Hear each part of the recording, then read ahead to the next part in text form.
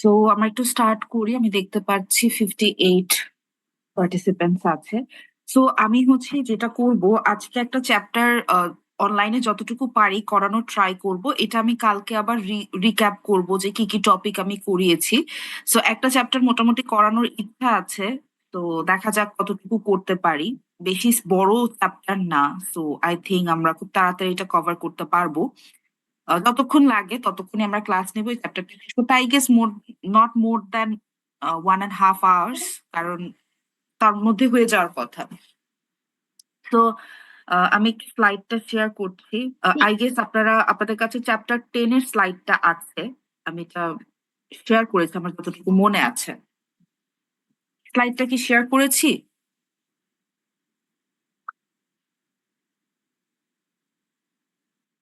আচ্ছা, ঠিক আছে। সো আমি এই এই চ্যাপ্টার আমার আসলে দুইটা টপিক আমি আপনাদের লাস্ট ক্লাসে বলেছিলাম, দুইটা টপিক পড়ানোর ইচ্ছা আছে। একটা হচ্ছে প্রাইসিং, এই চ্যাপ্টার 10, আর হচ্ছে চ্যাপ্টার 9। তো হোপফুলি আমরা এবং চ্যাপ্টার দুটো খুব বেশি বড় না। তো আই গেস আপনাদের প্রবলেম হবে না।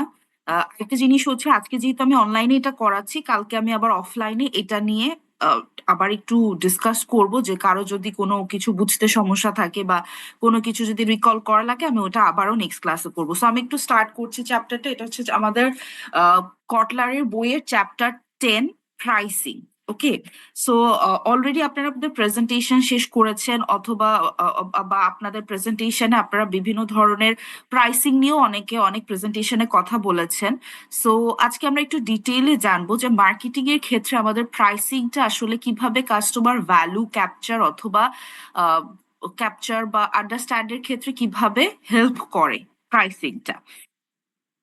So the learning objective of these chapters are answer the question what is a price and discuss the importance of pricing in today's fast changing environment. So আমরা আগে দেখবো যে what is a price and how it affects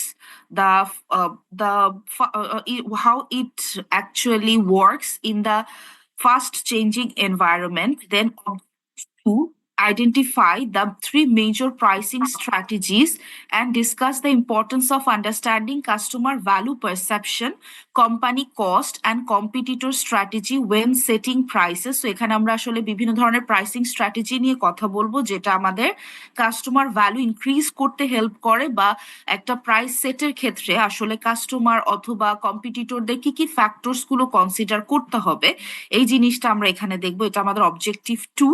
And our third objective is identify and define the other important external and internal factors affecting a firm's pricing decision. আরেকটা জিনিস আমরা যেটা দেখবো সেটা হচ্ছে কি কি ইন্টারনাল এবং এক্সটার্নাল ফ্যাক্টরস আছে যেটা ফার্মের প্রাইসিং ডিসিশনকে এফেক্ট করে, other than customer value perceptions or competitor strategies. এগুলো ছাড়া আমাদের আদার কি কি ইম্পর্টেন্ট ফ্যাক্টরস অথবা এক্সটার্নাল অথবা ইন্টারনাল ফ্যাক্টরস আছে যেটা ফার্মের প্রাইসিং ডিসিশনকে এফেক্ট করে। সো এই চ্যাপ্টারটা খুবই ছোট। It has only three objectives.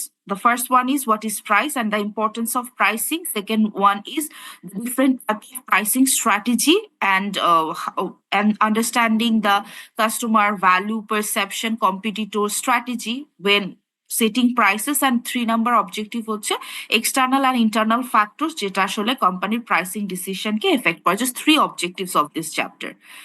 So the first objective, what is a price?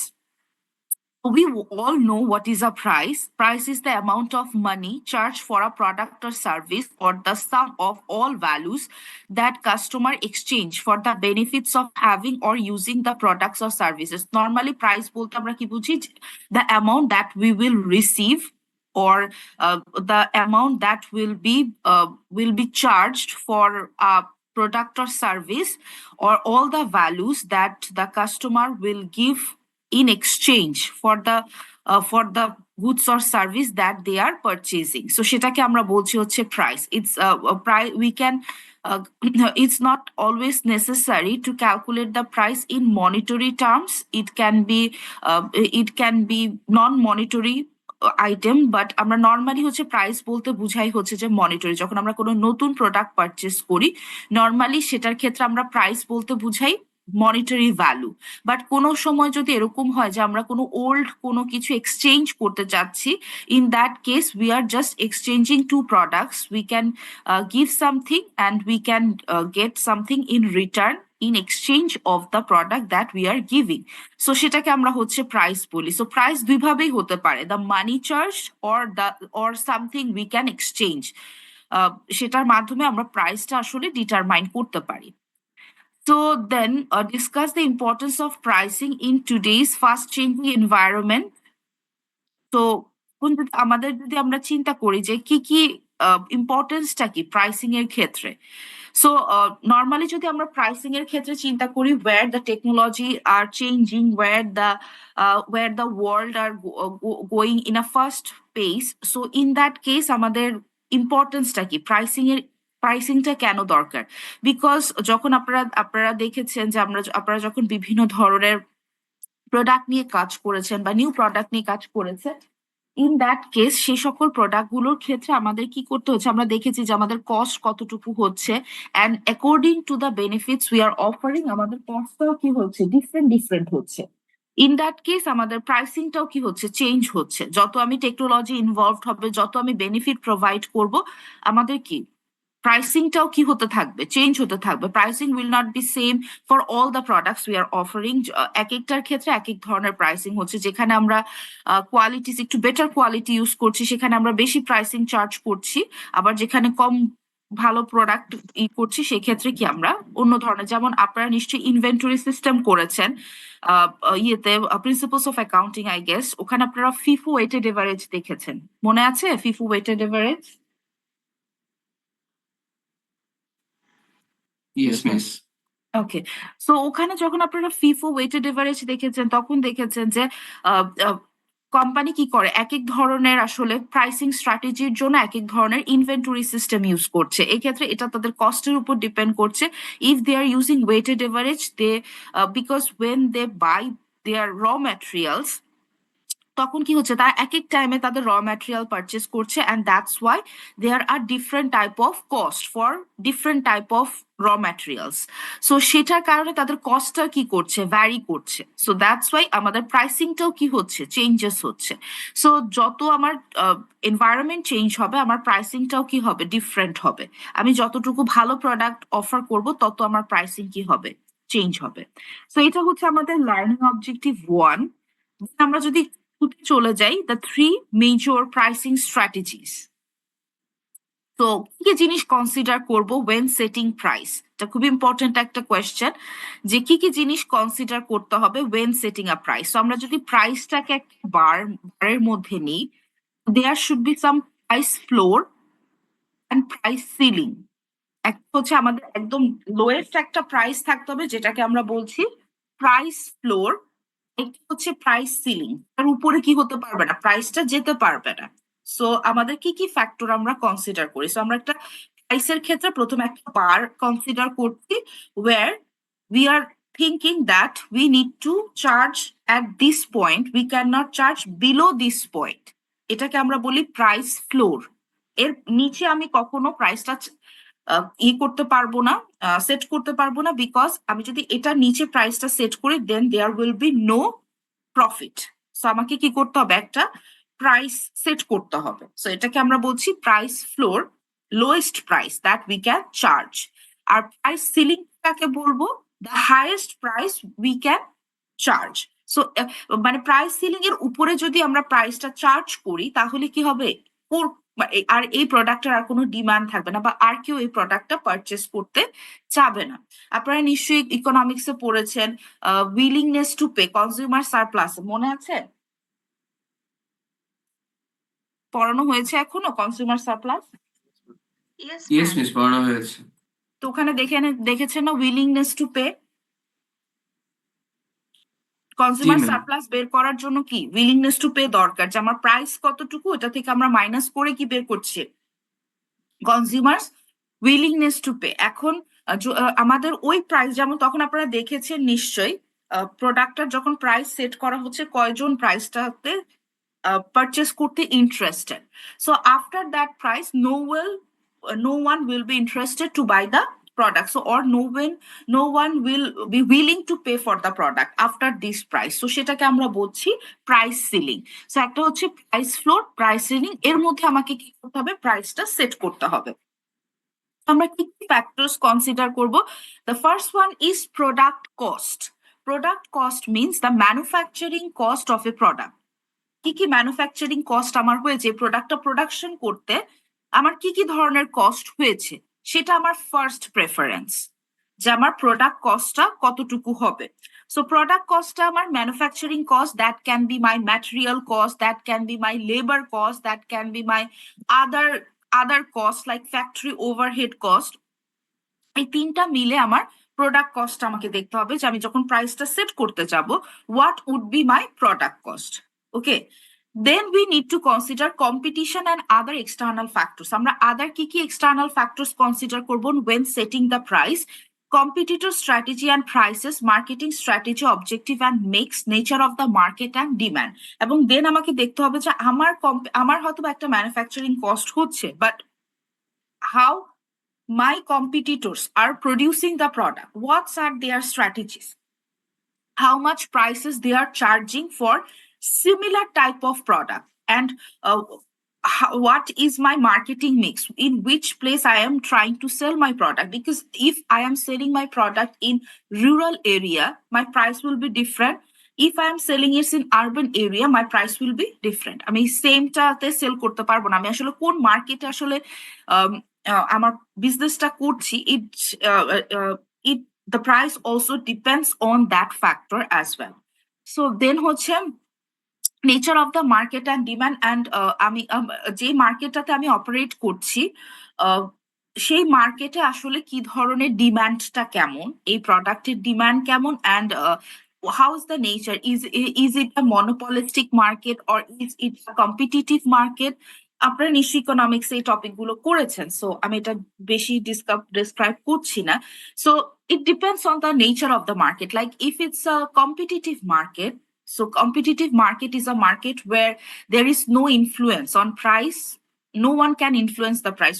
Like buyers cannot influence the price and sellers also cannot influence the price. So in that case, the price will be one type. And if it's a monopolistic market, it will be different. Or if it's an oligopoly market, it will be different. So market wise, our price টাও কি হচ্ছে consider করতে হচ্ছে when we are setting our price. দেন হচ্ছে last যে জিনিসটা আমাকে consider করতে হবে, that is consumer perception and value. how the consumer are valuing the product, or how much the consumer are valuing the product. So সেটাও কি আমার consumer perception of value. তার মানে আমি আসলে প্রোডাক্টটাকে কতটুকু ভ্যালু করছি, বা কনজিউমারদের কি perception for this type of product, এটাকে আমরা বলছি consumer perception of value. So এটা হচ্ছে আমাদের কনসিডারেশনস ইন সেটিং প্রাইস। এটাতে কারো কোনো কোয়েরিজ?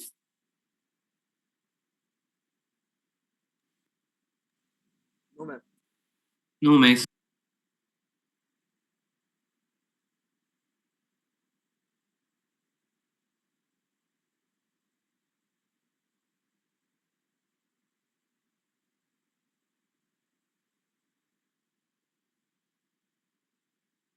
ফার্স্ট আমরা যেটা দেখবো সেটা হচ্ছে এক ধরনের প্রাইসিং এর কথা বলছি, ভ্যালু বেসড প্রাইসিং।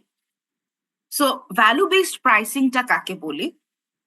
আপনারা নিশ্চয়ই এর আগে শুনেছেন হচ্ছে কস্ট প্লাস প্রাইসিং, হয়তোবা সামনের কোর্স গুলোতে জানবেন।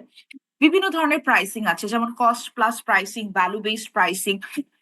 তো এই যে আমরা বলছি কস্ট প্লাস প্রাইসিং অথবা ভ্যালু বেসড প্রাইসিং, যখন আমরা ভ্যালু বেসড বলি, in that case we are considering the buyers perception of value. যখন আমরা ভ্যালু বেসড বলছি, তার মানে আমরা আগে দেখবো মার্কেটে রিসার্চ করে how much buyer wants to pay for the product. আমরা হচ্ছে একটা রিসার্চ করতে পারি for some for which product we are trying to set the prices, আমরা সেটার উপর বেস করে আমরা আমাদের যে টার্গেট মার্কেট আছে অথবা টার্গেট কাস্টমার্স আছে, তাদের উপর আমরা কি করতে পারি, একটা সার্ভে করতে পারি, বা ইয়ে করে আমরা দেখতে পারি যে how much money they are willing to pay. Like minimum একটা প্রাইস থেকে ম্যাক্সিমাম তারা কতটুকু পে করতে চায়। We can find out the price and based on the price তখন আমরা কি করতে পারি, যারা সেলার আছে তারা কি করতে পারে, তাদের কস্টটাকে ওটার মধ্যে সেট করে তারা কি করবে, প্রাইসিংটা করবে। তার মানে ভ্যালু ভ্যালু বেসড, যেমন এখানে বলা আছে value based pricing is customer driven. তার মানে হচ্ছে ভ্যালু বেসড এর ক্ষেত্রে আমরা দেখব কাস্টমাররা আসলে মার্কেটে ওই প্রোডাক্টের জন্য কতটুকু পে করতে চাচ্ছে, এবং ওইটার উপর বেস করে আমি কি করব, ওই অ্যামাউন্টের মধ্যে প্রফিটটা ইনক্লুড করে আমি আমার কস্টটা করব। ঠিক আছে, মানে আমি আগে কস্ট করব না, আগে আমি দেখব আমার কনজিউমাররা সেম, বা আমি কম্পিটিটরদের প্রোডাক্ট আছে, হয়তো আমরা দেখছি যে মার্কেটে কম্পিটিটরদের প্রোডাক্ট আছে and everyone are willing to pay for that product like 50 taka for one bottle of Coke, suppose. So you or some type of drink, their price is 50, and the customers are very happy with the price, and they are buying the product with the similar price like 50 taka for one bottle of drink. So then you are trying to set your price for a bottle of drink. So এখন আপনি কিভাবে এটা set করবেন? Now you know that the consumer are willing to pay between 30 to 50. You know that your other competitors, or when you go for market research, you know that your customers are willing to pay between 30 to 50.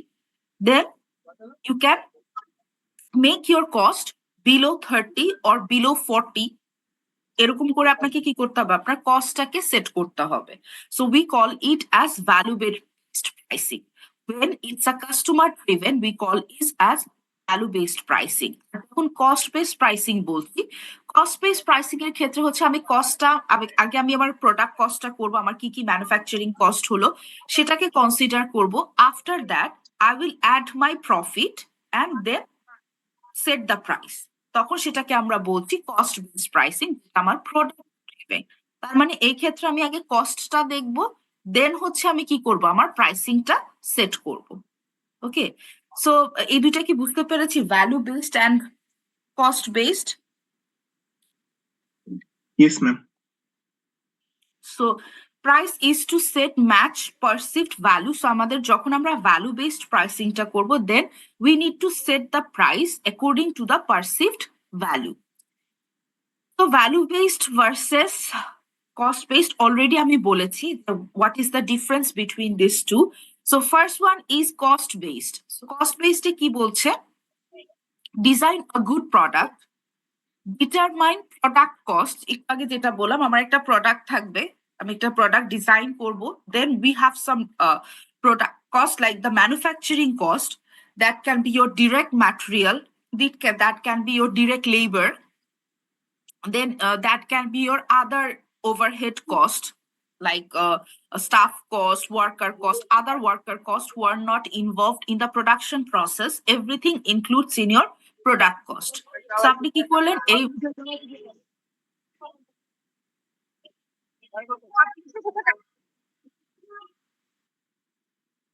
so we will determine our product cost. So we have our product and we are now determine our product cost, then we will set a price.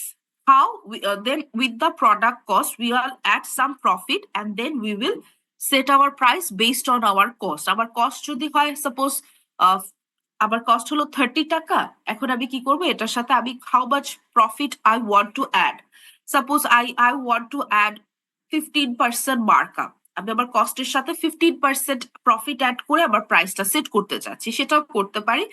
দেন আমি কি করব, এরপরে আমাকে যেতে হবে convince buyer of products value. Then হচ্ছে আমাকে promotion করতে হবে যে আমি যে প্রাইসে প্রোডাক্টটা সেল করছি ইটস আ গুড ভ্যালু, সেটা কি করতে হবে, আবার বায়ার্সদেরকে সেটাকে কনভিন্স করতে হবে। এটাকে আমরা বলছি cost based pricing. Okay, so in cost based pricing it starts with product and determine product cost, and in case of value based pricing, first we need assess customer needs and value perceptions. First আমাকে জানতে হবে কাস্টমাররা কতটুকু চায়, কি কি needs আছে তাদের, এবং তারা কতটুকু প্রাইস চায়, সেটা আমাকে আগে আইডেন্টিফাই করতে হবে in value based pricing, then set target price to match customer perceived value. Then আমাকে কি করতে হবে, ওটার অনুযায়ী আমাকে প্রাইসটা সেট করতে হবে যে আমার কতটুকু, আমার কাস্টমারদের ভ্যালুর জন্য আমার কতটুকু প্রাইস হবে। দেন আমাকে কি করতে হবে, সেইটার উপর বেস করে আমাকে আমার কস্টটা ডিটারমাইন করতে হবে যে আমি কতটুকু কস্ট করতে পারবো, সেটা আমাকে তারপর ডিটারমাইন করতে হবে। অ্যান্ড দেন আমরা সেটার উপর বেস করে আমার প্রোডাক্টটা ডিজাইন করব। সো হিয়ার ইন কস্ট বেসডে আমাদের আগে কি ছিল, ডিজাইন করব, দেন কি করব, কনভিন্স করব। But in value based we need first find out the customer needs and value perception, and after that we need to design the product according to the customer needs and value perception and the target price. এটা হচ্ছে আমাদের difference between value based pricing and cost based pricing. কারো কোনো queries? বুঝতে পেরেছি সবাই? Yes, ma'am. Yes, miss. Yes, ma'am. Ma'am. Next হচ্ছে আমাদের good value pricing. So good value pricing is offering the just the right combination of quality and good price at a fair price. অনেক সময় আমরা বলি না যে আমরা good value পাচ্ছি একটা প্রোডাক্টের জন্য when we are getting good quality product and with a fair price। যেমন আমি যখন বাইরে যাচ্ছি, এখন যখন যাব তখন হচ্ছে ওদের একটা ওয়েবসাইট আছে, চাইনিজ একটা ওয়েবসাইট, যেটার নাম হচ্ছে Shein. I think everyone knows the website, especially the females, Shein. So everyone always preferred this website because they are offering a very good quality product with a fair price. So এটাকে আমরা বলি good value pricing, যে তারা কি করছে, good quality of প্রোডাক্টও দিচ্ছে and they are giving it at a fair price. So এটাকে আমরা বলছি গুড ভ্যালু প্রাইসিং। দুইটা অনেক সময় আমরা বলি না যে আচ্ছা ঠিক আছে, হয়তো বা কোয়ালিটি ভালো, that's why the price will be high, or কোয়ালিটিটা হয়তো বা অত বেশি ভালো না, so the price will be low. But in case of good value pricing, the price will be fair and the quality of the goods will be good. So এটাকে আমরা বলছি good value pricing. Then হচ্ছে everyday low pricing. Everyday low pricing involves charging a constant everyday low price with few or no temporary price discount. সবসময় তারা কি করবে, প্রাইসটা কমই রাখবে। থাকে না যে অনেক সময় যেটা হয় যে আমরা যখন কোনো সুপার স্টোরে যাই তখন দেখবেন যে সামনে কিছু প্রোডাক্ট থাকে যে সবসময় ওগুলাতে সবসময় লো প্রাইসে চার্জ করা হয়। ডে টু ডে যেগুলো আমরা খাই, যেমন হতে পারে সেটা potato or different type of day to day লাইফে আমার যে প্রোডাক্ট গুলো দরকার হচ্ছে তার সেগুলোর জন্য সবসময় কনস্ট্যান্টলি একটা কি করা হয়, লো প্রাইস রাখা হয়। Everyday is the low price. এবং সেগুলো তো নর্মালি কখনো প্রাইস ডিসকাউন্ট করা হয় না, বিকজ এগুলো সবসময় কিসে থাকে, লো প্রাইসেই থাকে। যেমন এগুলো বাইরের স্টোর গুলোতে খুবই common, that there are some product that are very low price, like not more than £1 or €1. So the price is like less than £1, like 99 cents or 50 cents. For example, you can buy 1 kg of onions with 95 cents. So এরকম করে কিছু হয়তো বা এরকম super store গুলোতে বাইরে থাকে, এরকম আমাদের দেশেও আছে। সো এরকম যেটা থাকে ওরা সামনে এখানে দেওয়া থাকে যে দে are always the lowest price.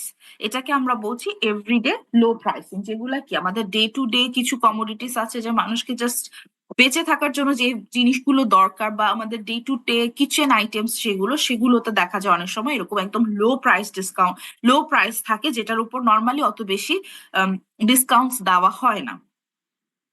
High low pricing involves charging higher prices on an everyday basis but running frequent promotion to lower prices temporarily on selected items. আর ওটা যেমন ছিল যে ওটা সবসময় কিসে থাকে, লোয়ার প্রাইসে থাকে।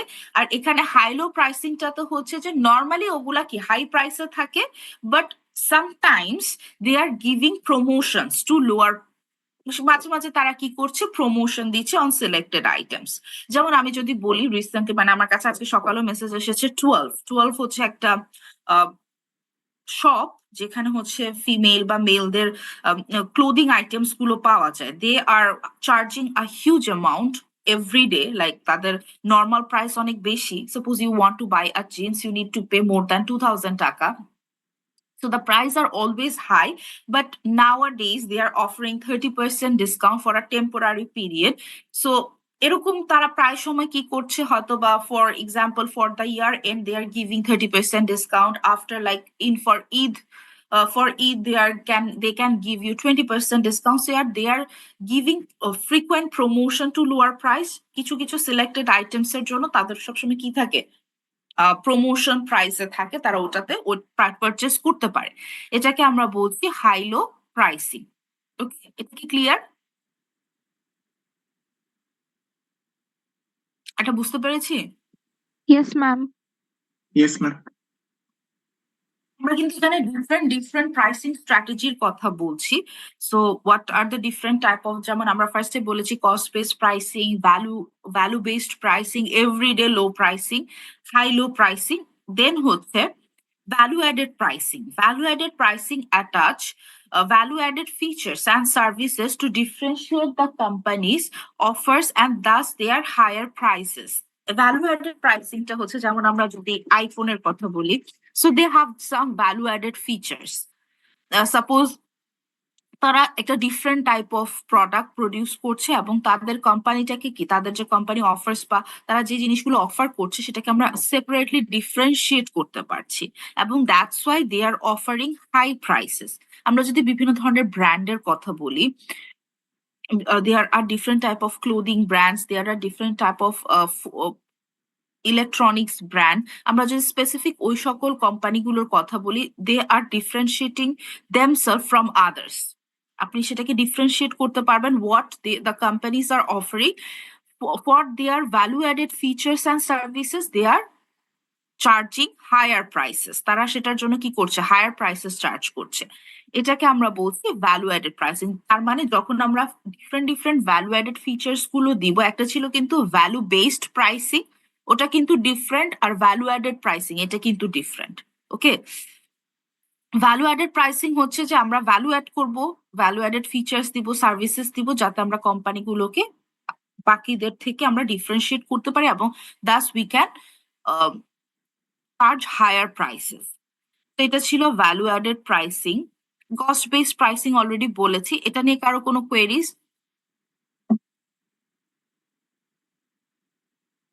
Cost based pricing, okay. তো কস্ট বেসড প্রাইসিং এর মধ্যে আমরা কি কি ধরনের কস্ট করে থাকি, যেমন আমরা কস্ট বেসড প্রাইসিং এ বলছি যে আমরা প্রাইসটা সেট করব based on the cost that we are incurring for producing, distributing and selling the product. এগুলো আমরা কস্টগুলো আগে দেখবো, যে আমরা প্রডিউস করার ক্ষেত্রে, ডিস্ট্রিবিউট করার ক্ষেত্রে, সেল করার ক্ষেত্রে আমার কি কি কস্ট হচ্ছে, এটার সাথে আমি কি করবো, একটা প্রফিট বা যেটাকে আমরা বলি রিটার্ন অ্যাড করব। দেন হচ্ছে আমরা আমাদের প্রাইসিংটা করব। এখন এই যে কস্ট গুলো, এগুলো কি কি ধরনের হতে পারে? The first one is fixed cost. কিছু কোম্পানিতে কিছু ফিক্সড কস্ট আছে, সেটা আমার প্রোডাকশন অথবা সেলস লেভেলের সাথে ভ্যারি করে না। আমি যদি 100 ইউনিট সেল করি, তারপরও আমার যে কস্ট হবে, আমি যদি 1000 ইউনিট সেল করি, তারপরও আমার কি হবে, সেম কস্ট হবে। এটাকে আমরা বলছি fixed cost. For example rent, heat, interest, executive salary.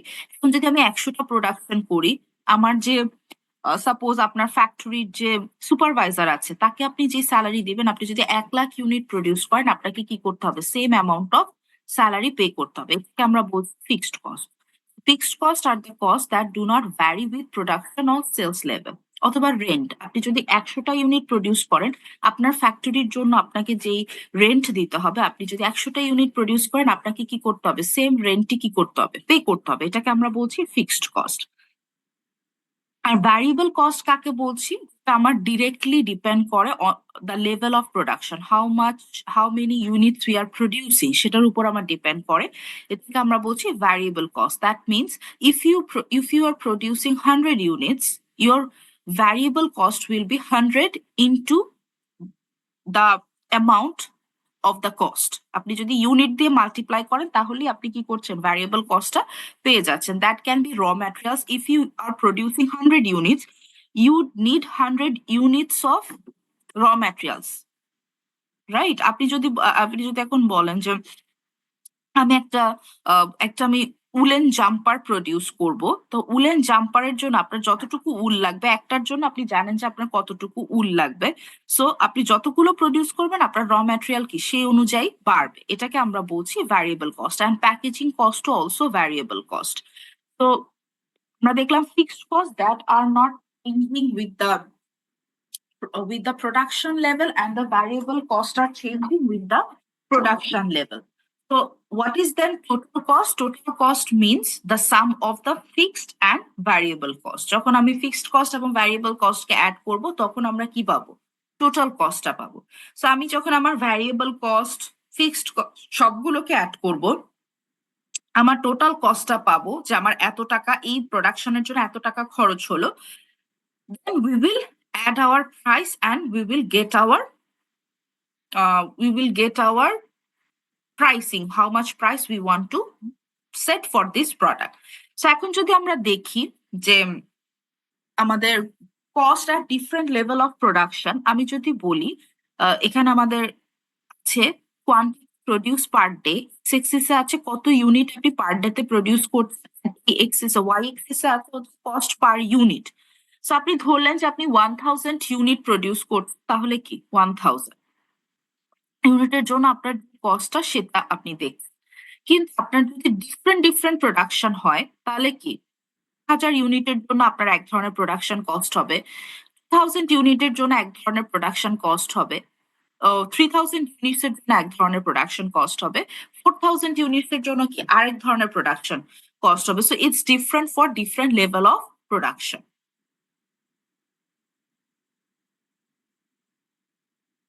তো cost as a function of production experience, so আমরা বলতে পারি আমরা যদি এক্স এক্সিসে ধরি accumulated production, and cost per ইউনিটটাকে যদি আমরা ওয়াই এক্সিসে ধরি, এখন আপনি চিন্তা করেন যেমন আমি একটু আগে বললাম ফিক্সড কস্টের ক্ষেত্রে, ফিক্সড কস্টের ক্ষেত্রে কি আপনি যাই যত ইউনিটই প্রোডাকশন করেন না কেন আপনার প্রোডাকশনটা কি থাকবে?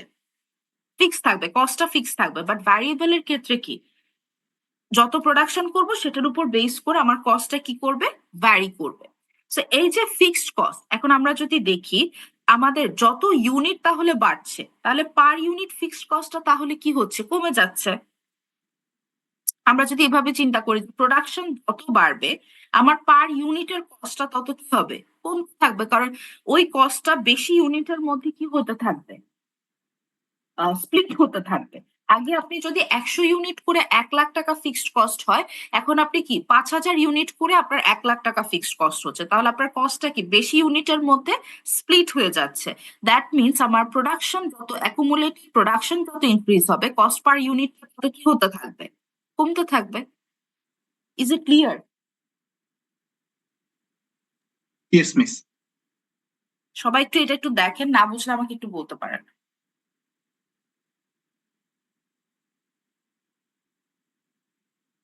ম্যাম একটু কস্ট বেস প্রাইসিং এর প্রিভিয়াস স্লাইডটা একবার বোঝাতে পারবেন? কি এটা বুঝিনি, আবার বলেন। ম্যাম কস্ট বেস প্রাইসিং এর আপনি এখন যে স্লাইডে আছেন ওটার আগের স্লাইডটা আমার একটু বুঝতে সমস্যা হয়েছে। এটা ইয়েস ম্যাম। আচ্ছা, এখানে যেটা বলছি in organization we have different level of production. So আমার প্রোডাকশন যত হবে সেটার উপর বেস করে আমার কস্টটা কি হতে থাকবে? চেঞ্জ হতে থাকবে। যেমন আমরা যদি ফার্স্ট ক্ষেত্রে ধরি, যখন আমার ফিক্সড সাইজ প্ল্যান, মানে হচ্ছে ওখানে আমি দিনে 1000 বেশি ইউনিট প্রডিউস করি না, মানে ফিক্সড সাইজ। আবার এর বেশি কি হবে না, প্রোডাকশন হবে না, বা এর বেশি আবার প্ল্যান্টে আর আমি এর কোনো কাজ করি না, সেটাকে আমরা বলছি ফিক্সড সাইজ প্ল্যান। এখানে আবার আমরা ধরে নিচ্ছি যে দিনে 1000 ইউনিট হবে, তো আমার কস্টটা কি হবে? শুধুমাত্র 1000 ইউনিটস এর জন্য হবে। কিন্তু আমার যদি ডিফারেন্ট সাইজ অফ প্ল্যান্টস হয় তাহলে কি হবে? আমার 1000 ইউনিটের জন্য আমার এক ধরনের কস্ট হবে, 2000 এর জন্য একরকম হবে, 3000 এর জন্য একরকম হবে, 4000 এর জন্য একরকম হবে। তার মানে কি যখন আমি যত আমার ইউনিটস বাড়বে, যদি আপনি একটু দেখেন কার্ভটা কি নিচের দিকে যাচ্ছে, খেয়াল করছেন? 1000 এর সবচেয়ে বেশি ছিল পার ইউনিট কস্ট, 2000 কি কমেছে, 3000 আরো কমেছে, আবার 4000 কি করছে? আবার ইনক্রিজ হওয়া স্টার্ট করছে। এই জিনিসটা খেয়াল করেছেন? এটা হচ্ছে ইয়েস ম্যাম। আমার ইউনিট যত বাড়ে কস্ট পার ইউনিটটা তত কি হতে থাকে, কমতে থাকে, বাট একটা রেঞ্জ পর্যন্ত। যেমন আমি একটু আগে বললাম যে আপনার যদি 1,000 ইউনিট, যেমন আমরা ধরে নিচ্ছি এখানে, আমি যখন 0 থেকে 3,000 ইউনিট পর্যন্ত প্রডিউস করব, তখন আমার ফিক্সড কস্ট হচ্ছে 1,00,000 টাকা। ঠিক আছে, যদি আমার 3,000 এর বেশি হয়, মনে করেন একটা আমি ওই যে বললো রেন্টের কথা, আপনি একটা রুম রেন্ট নিয়েছেন যেখানে আপনি 3,000 ইউনিট পর্যন্তই প্রডিউস করতে পারেন, তাহলে মানে কি আপনি 0 থেকে 3,000 যেই ইউনিটই প্রডিউস করেন না কেন, আপনাকে কি করতে হবে, ওই রেন্টের সেম ভাড়াটাই তো দিতে হবে, রাইট, ওই রুমের জন্য। কিন্তু আপনার যদি মোর দেন 3,000 প্রোডাকশন হয়, তখন আপনি কি ওই রুমে এটা প্রডিউস করতে পারবেন? করতে পারবেন। আপনাকে কি করতে হবে, নতুন একটা রেন্ট নিতে হবে, রুম রেন্ট নিতে হবে, তাহলে আপনার কস্টটা কি আবার ইনক্রিজ হয়ে যাচ্ছে। ক্লিয়ার এটা? ইয়েস ম্যাম, বুঝতে পেরেছি এখন, থ্যাংক ইউ। তো এটার কারণে বলছে যে আমার কি হচ্ছে, যত আমার প্রোডাকশন ডিফারেন্ট হচ্ছে, তত আমার বা ইনক্রিজ হচ্ছে, তত আমার কস্টও কি হতে থাকবে, কমতে থাকবে, বাট একটা রেঞ্জ পর্যন্ত, রিলিভেন্ট রেঞ্জ আমরা এটাকে বলি। বিকজ আফটার দ্যাট আপনাকে যখন আপনার প্রোডাকশন অনেক বেড়ে যাবে, তখন আপনাকে কি করতে হবে, হয়তো বা এডিশনাল একজন সুপারভাইজার রাখতে হবে, এডিশনাল একটা ফ্যাক্টরিতে আপনার প্লেস নিতে হবে। সো একটা রেঞ্জের পরে গিয়ে আবার কি করতে থাকে, কস্টটা ইনক্রিজ হতে থাকে। সবাই কি ক্লিয়ার এটা? Yes ma'am. Yes ma'am. Okay. তো কস্ট প্লাস প্রাইসিং আমরা বলেছি অলরেডি। কস্ট বেসড প্রাইসিং হচ্ছে যে কস্ট প্লাস প্রাইস, তাহলে কস্ট বেসড প্রাইসিং হচ্ছে যখন আমরা কস্টের উপর বেস করে আবার প্রাইসিংটা করব, তখন সেটাকে আমরা, দুইটা কিন্তু ডিফারেন্ট, কস্ট বেসড আর কস্ট প্লাস। কস্ট বেসড প্রাইসিংটা যেটা, এক মিনিট একটু আমি ব্রেক নিচ্ছি, আমি আবার জয়েন করতে হবে।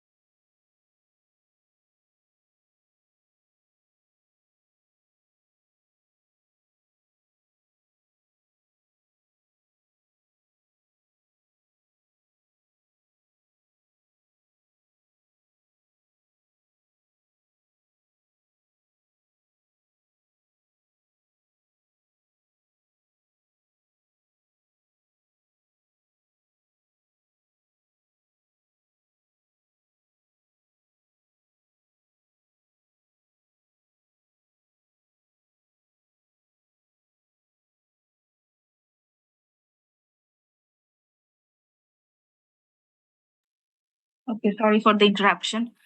তো যেটা বলছিলাম, cost base pricing, cost plus pricing. Cost base pricing আমরা বলছি যখন কস্টের উপর বেস করে আমরা প্রাইসিংটা করছি, সেটাকে আমরা বলছি কস্ট বেস প্রাইসিং, যে আমরা ফার্স্টে কস্টটা সেট করবো এবং based on that we are setting the price. আর কস্ট প্লাস প্রাইসিং হচ্ছে যখন আমরা কস্টের সাথে একটা স্ট্যান্ডার্ড মার্কআপ করব, তখন সেটাকে আমরা বলছি cost plus pricing. For example, আমার কস্ট যদি, যেমন একটু আগে বললাম, 30 হয়, এটার সাথে আমি একটা মার্কআপ অ্যাড করবো, ফর এক্সাম্পল 15%। আমি হয়তোবা এটার উপরে 15% মার্কআপ অ্যাড করলাম, তখন সেটাকে আমরা বলছি কস্ট প্লাস। মার্কআপ মিনস হচ্ছে প্রফিট, বা কস্টের উপরে যখন প্রফিট অ্যাড করি তখন সেটাকে আমরা বলছি মার্কআপ। ঠিক আছে?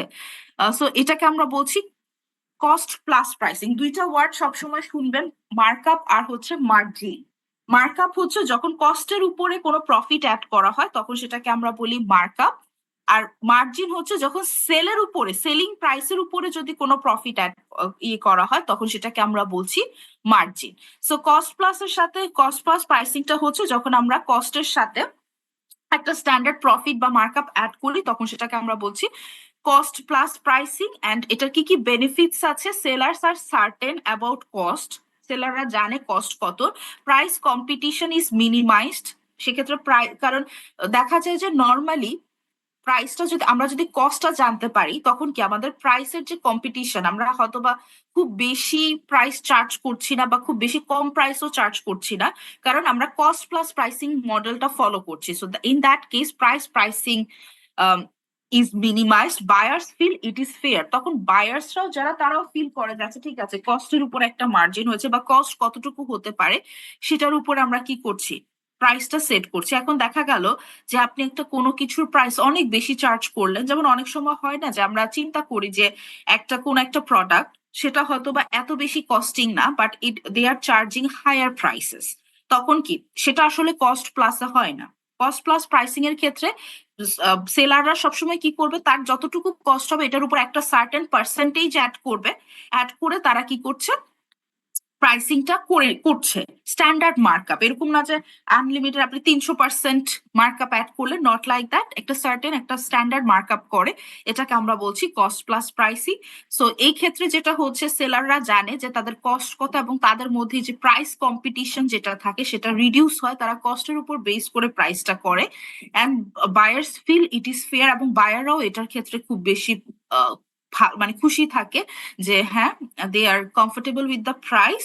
অ্যান্ড ডিসঅ্যাডভান্টেজ কি, এক্ষেত্রে তারা ডিমান্ডটাকে ইগনোর করে এবং কম্পিটিটররা কতটুকু প্রাইস চার্জ করেছে সেটাকে তারা কি করছে না, কনসিডার করছে না। এটাকে আবার কনসিডার করে কারা, ভ্যালু বেসড প্রাইসিং যারা করে তারা কনসিডার করবে কম্পিটিটররা কতটুকু প্রাইস চার্জ করেছে, বা আমার কাস্টমার যারা তারা কতটুকু উইলিং টু পে, সেগুলো কনসিডার করবে আবার হচ্ছে ভ্যালু বেসড প্রাইসিং। এই দুইটার মধ্যে ক্লিয়ার ডিস্টিংশনটা কি বোঝা গেছে? Yes, ma'am.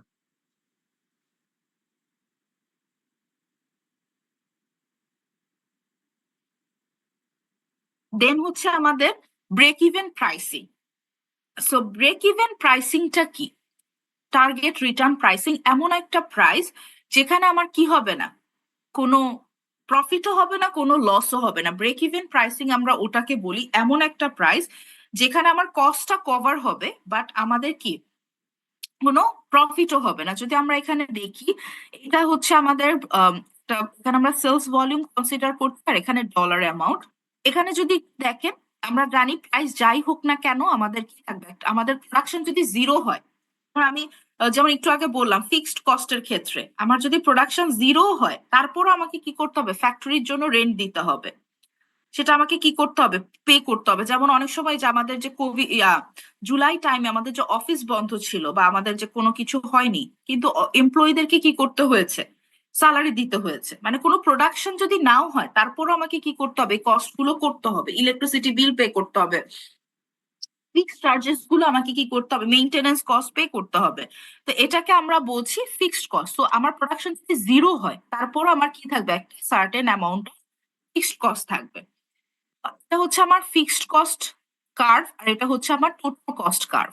টোটাল কস্টটাকে যদি টোটাল রেভিনিউ ইন্টারসেক্ট করে, তার মানে পয়েন্ট, এই পয়েন্টে কি হচ্ছে আমার total cost is equal to my total revenue. তাহলে এই পয়েন্টের উপরে গেলে কি হবে, পয়েন্টের উপরে গেলে আমার কি হবে, প্রফিট হবে, আর এই পয়েন্টের নিচে গেলে কি হবে, আমার লস হবে। এটা কি বোঝা যাচ্ছে? এটা একটু দেখেন সবাই।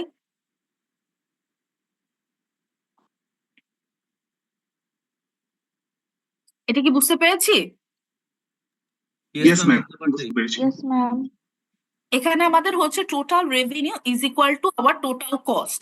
পয়েন্টে গিয়ে there will be no profit, যেহেতু আমার total revenue is equal to total cost হচ্ছে, there will be no revenue, there will be no loss or no profit. এবং এটার উপরে গেলে আমার কি হবে, প্রফিট হবে, আর এটা নিচে গেলে কি আসবে, লস আসবে। ঠিক আছে, এটাকে আমরা বলছি break even pricing. So break-even pricing is setting the price to break even on cost or to make a target return. আমরা দুইটার মধ্যে একটা ব্রেক ইভেন করতে চাচ্ছি, যেখানে আমার কি টোটাল রেভিনিউ এবং টোটাল কস্টটা কি হবে, ইকুয়াল হবে। ঠিক আছে, এর উপরে গেলে টোটাল রেভিনিউ হবে বা প্রফিট হবে, আর এর থেকে নিচে গেলে আমাদের লস হবে। তো আমরা যদি এখানে দেখি প্রাইস গুলো সেট করা হয়েছে, so price is 14, it's our selling price, so 14, 16, 18, 20, 22 এখানে আমাদের অনেক ধরনের প্রাইস দেওয়া আছে। Unit demand needed break even, তো আমাদের হচ্ছে ব্রেক ইভেনে যাওয়ার জন্য আমার কত ইউনিট দরকার, 75,000, at price 14, 16 এ 50,000, 18 এ 37,500, 20 তে 30,000 and 22 তে 25,000।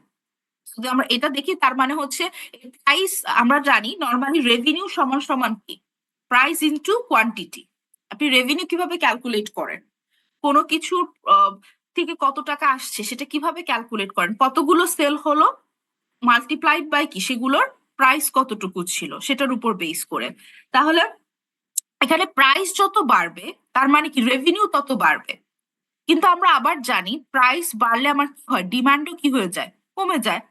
সো আমাদের এখানে প্রাইস হচ্ছে 75,000, সো আমরা এখানে দেখলাম unit demand needed break even, আর expect unit demand at given price, কতটুকু আসলে আমার এই প্রাইসে কতটুকু ডিমান্ড হতে পারে, আর এটা হচ্ছে কতটুকু ব্রেক ইভেনের জন্য দরকার, আর এটা হচ্ছে এই প্রাইসে আমার কতটুকু ডিমান্ড হতে পারে।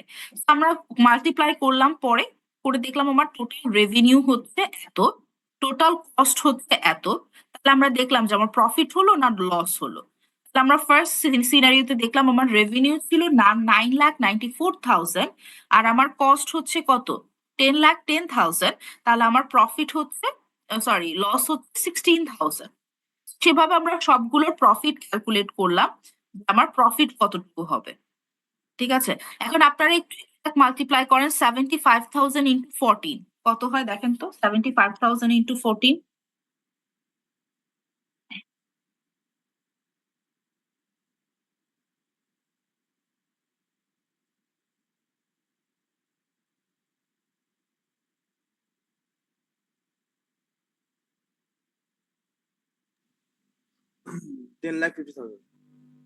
কত, 10,50,000। তাহলে আমাদের যদি আমার ব্রেক ইভেনে হতো নিডেড ব্রেক ইভেন, তাহলে আমার এটা হচ্ছে 10,50,000, কিন্তু আমার এখানে যখন এক্সপেক্টেড ছিল তখন হচ্ছে কত, 9,94,000। সো আমাদের এখানে ব্রেক ইভেন, আমরা এখানে দেখছি যে প্রফিট হয়েছে বা লস হয়েছে, there is no break even, কোনোটাতে ব্রেক ইভেনে আসে নাই, আইদার প্রফিট অর লস। ঠিক আছে, এটাতে কারো কোনো কোয়েরিজ, কারো কোনো question? No, ma'am. No, ma'am, there is no queries. Okay, next হচ্ছে তাহলে আমরা দেখলাম অলরেডি যে কস্ট বেস প্রাইসিং কোনটা অর ব্রেক ইভেন কোনটা, সেটা আমরা দেখলাম। নেক্সট ওয়ান হচ্ছে competition based pricing. Competition based pricing is setting prices based on competitor strategy cost prices and market offerings. That means আমি যখন কম্পিটিশন বেসড প্রাইসিং করবো সেক্ষেত্রে আমি আমার মেইন ফোকাস থাকবে আমার কম্পিটিটর কতটুকু প্রাইস দিচ্ছে, তার কত কস্ট করছে বা তার কি কি স্ট্র্যাটেজি, আমি সেটা ফাইন্ড আউট করার ট্রাই করব যখন we are following competition based pricing. এক্ষেত্রে আমার মেইন প্রায়োরিটি থাকবে যে আমার কম্পিটিটর কি করছে সেটার উপর বেস করে আমি আমার প্রাইসিংটা সেট করব। এটাকে আমরা বলছি কম্পিটিশন বেসড প্রাইসিং। তো এটা ছিল আমাদের learning objective 2, that is identify 3 major pricing strategy. The first one is customer value based pricing, second one is cost based pricing, and the third one is competition based pricing. Clear? বোঝা গেছে প্রাইসিংটা?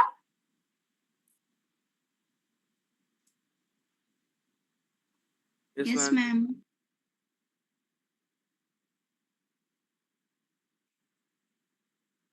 দেন হচ্ছে আমাদের learning objective 3. So identify and define the other important external and internal factors affecting a firm's pricing decision.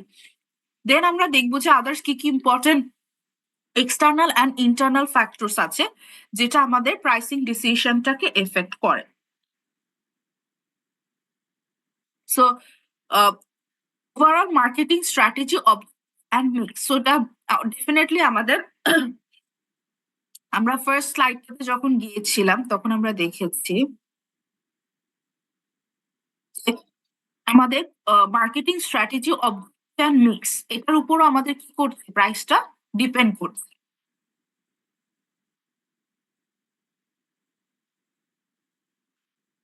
তো এটার জন্য বলছে যে কিভাবে আমাদের মার্কেটিং স্ট্র্যাটেজি অবজেক্টিভ অ্যান্ড মিক্সটা কিভাবে এফেক্ট করে। সো প্রথমে আমরা শুরু করছি টার্গেট কস্টিং দিয়ে।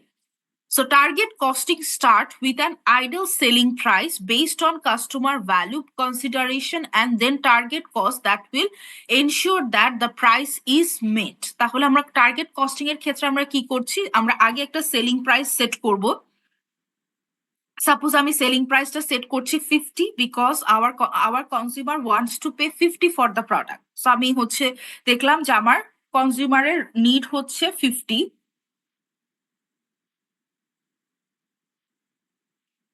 আমার কনজিউমারদের নিড হচ্ছে 50, তো আমি কি করলাম 50 প্রাইসটা সেল করলাম কাস্টমারদের রিসার্চ করে বা আমার যে আদার্স যারা আছে কম্পিটিটরস তাদের উপর তাদেরকে দেখে বা আমি সবকিছু বুঝে আমি কি করলাম আমাদের প্রাইসিংটা বা সেলিং প্রাইসটা সেট করলাম and based on that we are targeting our cost to meet the pricing. তখন সেটাকে আমরা বলছি টার্গেট কস্টিং। তার মানে আমি আমার কস্টটাকে টার্গেট করছি। এতক্ষণ ছিল যে আমরা কস্টের সাথে অ্যাড করে আমার প্রাইসটা সেট করছি, এখন আমরা কি করব সেলিং প্রাইসটা আগে জানি, এখন সেটাকে সেই সেলিং প্রাইসটা price is based on customer value consideration and everything, সেটার উপর বেস করে আমরা কি করছি আমাদের কস্টটা টার্গেট করছি টু এনশিওর দ্য প্রাইস। দেন হচ্ছে হু should set price, who can influence prices. এখন অর্গানাইজেশনাল কনসিডারেশনস যদি করি তখন আমাদের দেখতে হবে যে হু should set prices and who can influence prices. Before setting price, the marketer must understand the relationship between price and demand for its product.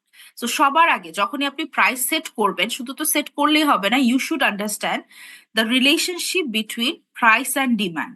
আমাদের economics আমরা দেখেছি প্রাইস ইনক্রিজ হলে according to law of demand when the price rises the quantity demanded falls. যখন আমার price বাড়বে quantity demand কি করবে, fall করবে। আবার when our price falls our quantity demand increases. So এটা হচ্ছে কি আমার ল অফ ডিমান্ড। সো আমার যখন আমি প্রাইসটা সেট করব আমাকে এটাও কি করতে হবে, কনসিডারেশনে আনতে হবে। মার্কেটার যারা আছে তারা কিন্তু এই জিনিসটাও কনসিডার করবে যে আমার প্রোডাক্টটার প্রাইসটা কতটুকু আমার ডিমান্ডকে এফেক্ট করছে প্রাইস সেটিং এর ক্ষেত্রে। আমি অলরেডি বলেছি prices in different types of markets. So the market can be pure competition that we called as perfectly competitive market. এটা নিশ্চয়ই আপনার ইকোনমিক্সে করেছেন এই জিনিসগুলো। That is a pure competition, monopolistic competition, oligopolistic competition and pure monopoly. So এগুলো আপনারা নামগুলো কি শুনেছেন না বা পড়েছেন না? ইয়েস মিস, পড়া হয়েছিল। Okay, so when we are operating in this type of markets, if we are operating in pure competition, the price will be different. When we will in monopolistic competition, the price will be different. In pure monopoly, the price will be different. So price সেটের ক্ষেত্রে আমাকে এই জিনিসগুলো কি করতে হবে, consider করতে হবে। এগুলো আপনাদের ইকোনমিক্স অলরেডি পড়েছেন। দেন হচ্ছে ডিমান্ড কার্ভ, অলরেডি আমরা জানি যে demand and price are inversely related, higher price is equal to lower demand, এগুলো আমার নিশ্চয়ই বলার দরকার নেই। সো এগুলো আমাদের এখানে আসার রিজন হচ্ছে because before setting the price, if it's a target costing, তখন সেক্ষেত্রে আমরা কি করছি, প্রাইসটাকে সেট করছি এবং সেটার উপর বেস করে আমরা কস্টটাকে আনার ট্রাই করছি। এখন প্রাইসটা যে সেট করব সেটা আমার কিসের উপর ডিপেন্ড করছে? It depends on the market that we R operating. ওই মার্কেটে আসলে কি ধরনের মার্কেট এবং সেখানে ডিমান্ড এবং প্রাইসিংটা কিভাবে হচ্ছে সেটা একটা ফ্যাক্টর। দেন হচ্ছে relationship between this price and demand, এটাও একটা ফ্যাক্টর যেটা আমার প্রাইস সেটিংটাকে এফেক্ট করবে। আমরা এটাও নিশ্চয়ই দেখেছি ইলাস্টিক ডিমান্ড, এগুলো কি বলার দরকার আছে আমার? এটা একটু মনে আছে সবার? আচ্ছা, এটা একটু দেখে আমাকে বলেন। There are two type of demand curve. One is inelastic and second one is elastic. So if we want to change our price, so in first scenario, is it good or bad? We want to increase our price. Inelastic হলো হচ্ছে revenue জেনারেশনটা বেশি হবে আর elastic হলে revenue জেনারেশনটা কমে যাবে। সেটা তো বুঝলাম, কিন্তু if I want to increase my price, which one will be preferable? Inelastic demand কি price increaseটা কি more preferable than elastic? সেলারের পার্সপেক্টিভে inelastic হচ্ছে প্রেফারেবল। ইনইলাস্টিকটা প্রেফারেবল কেন প্রেফারেবল? বিকজ প্রাইস যদি ইনক্রিজ হয়, ডিমান্ডটা কি হবে না, খুব বেশি কি হবে না, চেঞ্জ হবে না। So we can increase the price. But যদি ইলাস্টিক ডিমান্ড হয়, সেক্ষেত্রে কি আমি যদি একটু প্রাইস বাড়াই, সাথে সাথে কোয়ান্টিটি ডিমান্ডেড কি হবে, অনেক বেশি ফল করবে। এটা যদি আমরা একটু দেখি, যেখানে প্রাইস সেম ইনক্রিজ হলো, but here the quantity demand falls a little. But যখন আমরা এই সিচুয়েশনটাতে আমরা দেখলাম, তখন যখন প্রাইসটা আমরা ইনক্রিজ করলাম, the quantity demand fall a lot of the amount. সেক্ষেত্রে আমার কি সেলারের পার্সপেক্টিভ থেকে প্রাইস ইনক্রিজটা ভালো হবে যখন আমার ডিমান্ডে কি হবে, ইনইলাস্টিক হবে। Clear? Ma'am, I have a question. বলেন। Ma'am, what is the difference between monopolistic competition and pure monopoly? আচ্ছা, in case of monopolistic competition, pure monopoly means when we talk about competitive market and perfectly competitive, that means pure monopoly এবং monopolistic competition. In pure monopoly, there are a set of sellers who have the authority to set the prices. তাদের ক্ষেত্রে আপনি কি করতে পারবেন না, তার মানে কি পিওরলি মনোপলি, সেলারদের সব পাওয়ার থাকবে to set the price. There is no influence of the buyers to influence the prices. এটাকে আমরা বলছি পিওর মনোপলি। যেমন আমরা বলি না যে perfectly elastic demand or perfectly inelastic demand. That means এটাকে একদম আপনি চেঞ্জ করতে পারবেন না। But in case of monopoly, pure monopoly, you there are a significant influence. There is no competition. The sellers has the authority to set the price. The demand is not cannot be changed. There is no substitute, close substitute. That means the market is pure monopoly. Clear? Yes. তার Yes, মানে ma'am. হচ্ছে আপনার কোনো substitute নাই, আপনার কোনো competition নাই, আপনার মানে আপনি একদম পুরো একটা মার্কেটে জাস্ট সিঙ্গেল রান করছেন, সেটাকে আমরা বলছি পিওর মনোপলি। আর মনোপলিস্টিক কম্পিটিশন হচ্ছে যে ইউ হ্যাভ সাম কম্পিটিটরস, মানে দেয়ার আর মেনি প্রোডাক্টস এবং সবাই কি করছে একজন আরেকজনের সাথে কম্পিটিশন করছে বা সবকিছু করছে এবং কম্পিটিটিভ প্রোডাক্টও অফার করছে but there is not exact substitutes মানে থাকে না একটা হচ্ছে ক্লোজ আপ মানে আপনার কোনো দূর দূরান্ত পর্যন্ত আপনি জানেন না if there is any substitutes or not but in pure in monopolistic competition you have you have not the exact substitute but you have some substitute in monopolistic competition you have some competitors who are offering similar not the exact product Okay, Clear? ma'am. Understood. Thank you. এটাকে আমরা বলছি হচ্ছে monopolistic competition and pure monopoly pure মনোপলিতে আমরা ধরে নিই যে there is no competition there is no one there is no competitor there is no substitute it we call it's as pure monopoly but when we talk about monopolistic we have some competitors who are producing similar but not exact type of products so we don't have any exact substitute but we have some of them we call it as monopolistic competition okay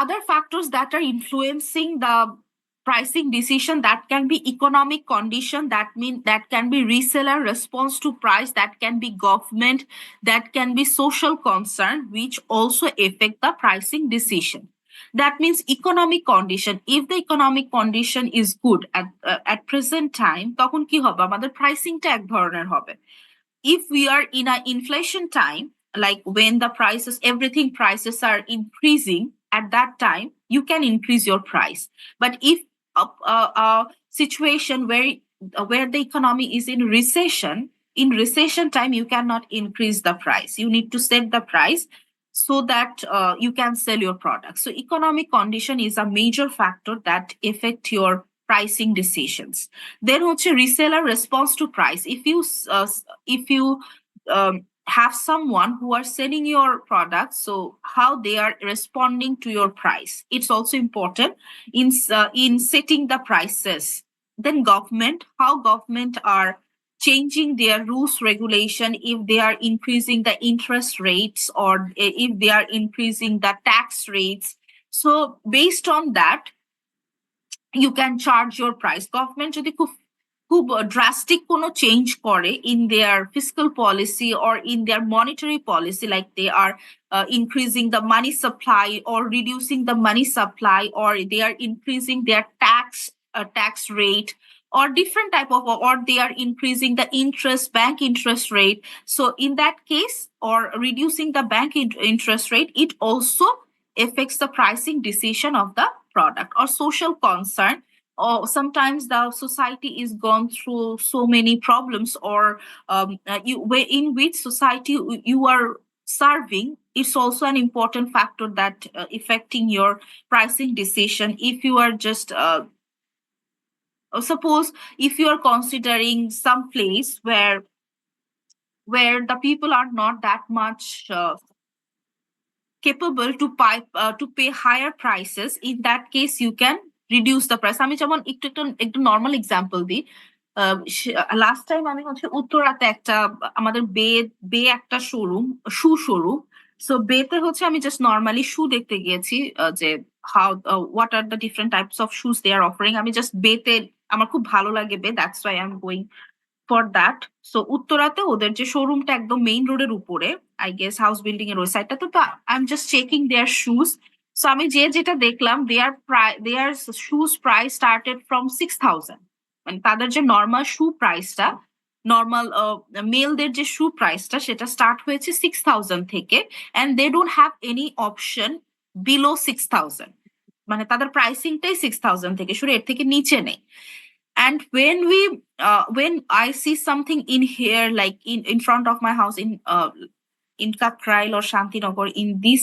area সেখানে আমরা same বে showroom ওখানে আমি গেলাম same type of মানে brand same brand বে and আমি যখন ওখানে গেলাম ওখানে হচ্ছে ওদের they have other options like they have options more than 6,000 and they have some other option which is like 3,000 4,000 amount that means based on that in which society in which place you are doing your business is also affect your your pricing decision. Maybe যেহেতু উত্তরা হয়তোবা they are offering the product for higher class people in Uttara, or here they are offering all the they are serving all type of customers in this area. So আমার কাছে যেটা মনে হয় it also depends the pricing decisions of the seller.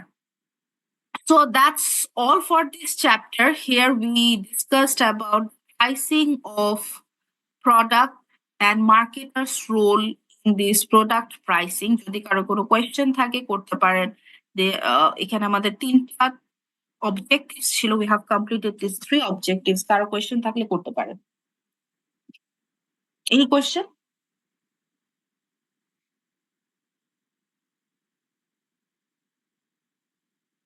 Any question? না ma'am ঠিক আছে। No, ma'am.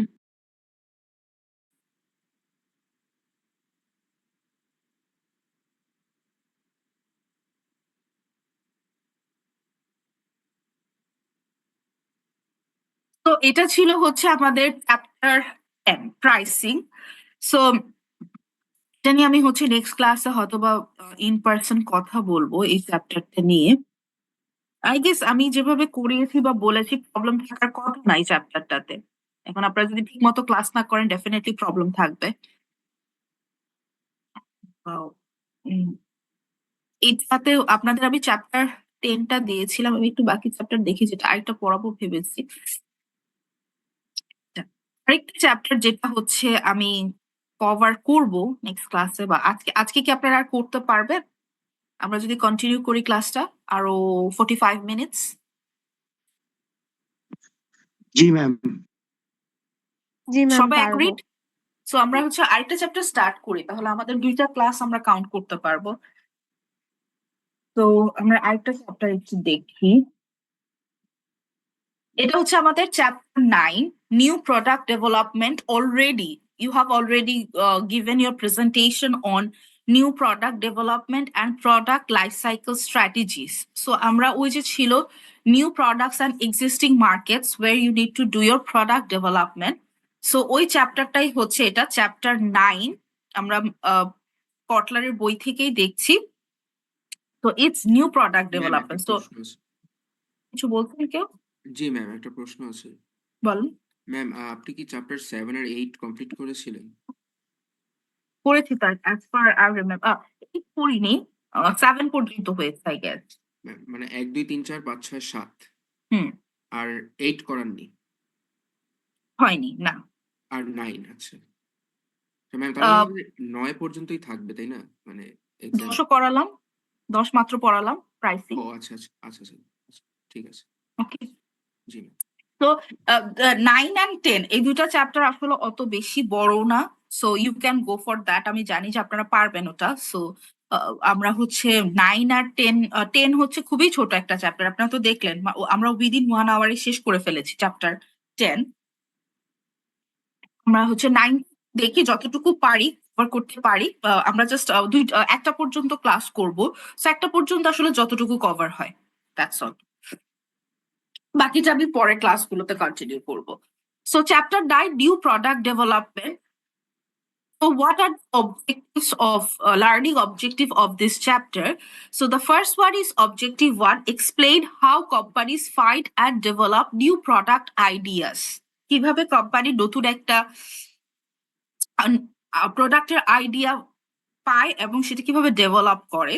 Then objective 2, list and define the steps in the new product development process and the major consideration in managing this process. So এক্ষেত্রে আমরা দেখবো যে আমাদের new product ডেভেলপমেন্টের ক্ষেত্রে আমাদের টোটাল প্রসেসটা কি এবং কি কি মেজর কনসিডারেশন আছে এই প্রসেসটার ক্ষেত্রে। The third object, describe the stages of the product life cycle and how marketing strategy change during a product life cycle. So এখানে আমরা দেখবো যে the stages of product life cycle এবং কি কি marketing strategy থাকে এই life cycle এর ক্ষেত্রে। Then objective 4, discuss two additional product issues, socially responsible product decision and international product and service marketing. So এই চারটা হচ্ছে আমাদের অবজেক্টিভ। আপনারা অলরেডি অনেক কিছু জানেন নিউ প্রোডাক্ট ডেভেলপমেন্ট নিয়ে, যেহেতু আপনারা প্রেজেন্টেশন অলরেডি দিয়েছেন। সো আমরা অনেক টপিক আছে, আপনার যে অলরেডি আইডিয়া আছে। সো আমরা জাস্ট একটু দেখি যে according to the text book what are they saying about new product development. So সেক্ষেত্রে আমাদের প্রথমে, যেহেতু আমরা নতুন একটা প্রোডাক্ট ডেভেলপ করতে চাচ্ছি, we have the existing markets and now we are try to enter with a new product. So সেক্ষেত্রে আমাকে কি করতে হবে, নতুন একটা প্রোডাক্টের আইডিয়া জেনারেট করতে হবে, এবং সেই নতুন প্রোডাক্টের আইডিয়া জেনারেট করা এবং আইডিয়াটা ডেভেলপ করা, প্রোডাক্টটাকে ডেভেলপ করা, নতুন প্রোডাক্টটাকে ডেভেলপ করা, সেটা কিভাবে করবে এবং এই পুরো প্রসেসটাতে কি কি আছে সেটা দেখবো।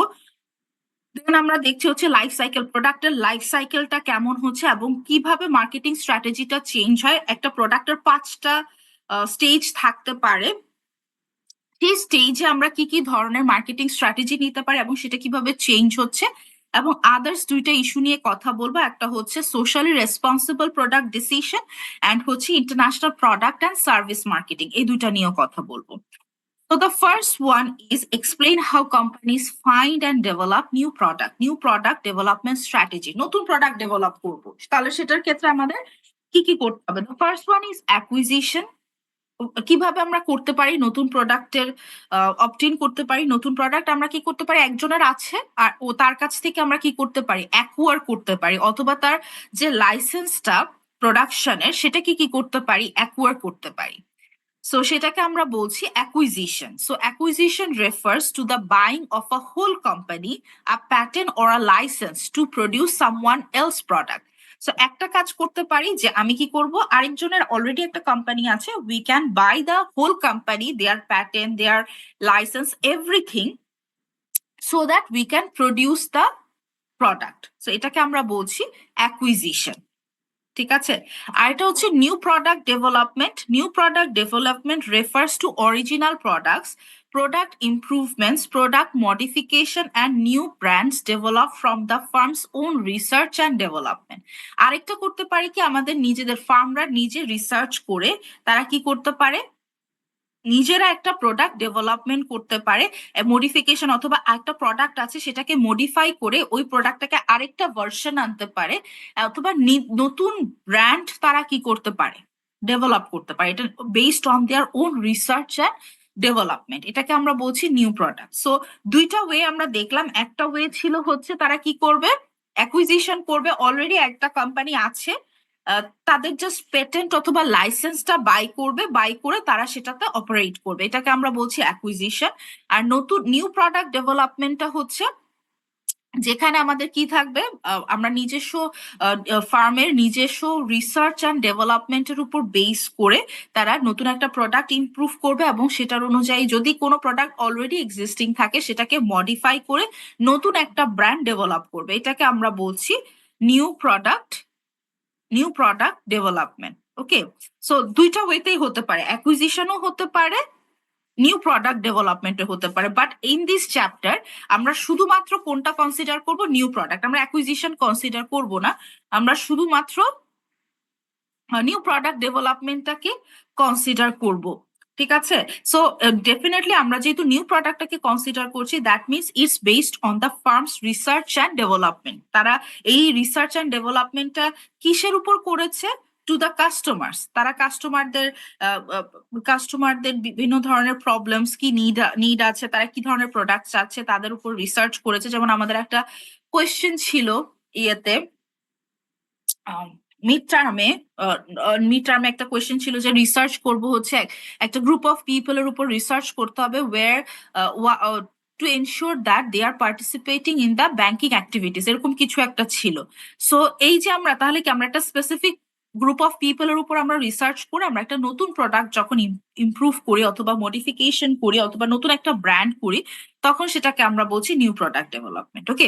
সো এই 2টা ওয়েতে আমরা নতুন প্রোডাক্ট অবটেইন করতে পারি। সো এটা ছিল আমার লার্নিং অফ 1, কিভাবে আমরা ফাইন্ড করতে পারি অথবা নতুন প্রোডাক্ট ডেভেলপ করতে পারি। তো লার্নিং অবজেক্টিভ 2 হচ্ছে কি কি স্টেপস আছে এই নিউ প্রোডাক্ট ডেভেলপমেন্ট প্রসেসে এবং কি কি জিনিস আমাকে কনসিডার করতে হবে ইন ম্যানেজিং দিস প্রসেস। তো প্রোডাক্টের আইডিয়া, তাহলে সবার আগে কি করতে হবে, আমাকে আইডিয়া জেনারেশন করতে হবে। দেন কি করতে হবে, আইডিয়া, অনেকগুলো আইডিয়া আসলো, বিভিন্ন ধরনের আইডিয়া আপনি জেনারেট করলেন। Then you should have something like idea screening. তারপর আপনাকে কি করতে হবে, আপনাকে আইডিয়া গুলো স্ক্রিন করতে হবে, যে আপনি অনেক ধরনের আইডিয়া জেনারেট করেছেন, but you should have some, you need select something, আমি এই আইডিয়াটা ইউজ করতে চাচ্ছি। সো তখন তারা কি করবে, সেটার উপর বেস করে হয়তোবা আপনি অনেকগুলো আইডিয়া পেলেন, 100টা আইডিয়া আপনি হয়তোবা চিন্তা করলেন, পুরো সবারটা দেখে সবার রিসার্চ অ্যান্ড ডেভেলপমেন্ট করে আপনি 100টা আইডিয়া আপনার জেনারেট হলো যে এরকম হতে পারে, বিভিন্ন জনের কাছ থেকে বিভিন্ন ধরনের ইয়ে করে আপনি একটা আইডিয়া, সবাই এক একটা আইডিয়া জেনারেট করলো। দেন আপনাকে কি করতে হবে, এই আইডিয়া গুলোর মধ্য থেকে যেগুলো আসলে ফিজিবল, যেগুলো আসলে করা পসিবল, এরকম আইডিয়া গুলো বের করতে হবে যে এগুলো আসলে ডেভেলপ করা যাবে। আইডিয়া গুলোকে স্ক্রিন করতে হবে যে এই যে আইডিয়া গুলো পেলাম এর মধ্য থেকে এইটাকে আমি ডেভেলপ করতে পারি, এরকম ভাবে সেটা চিন্তা করতে হবে। দেন আপনি যাবেন হচ্ছে concept development and testing.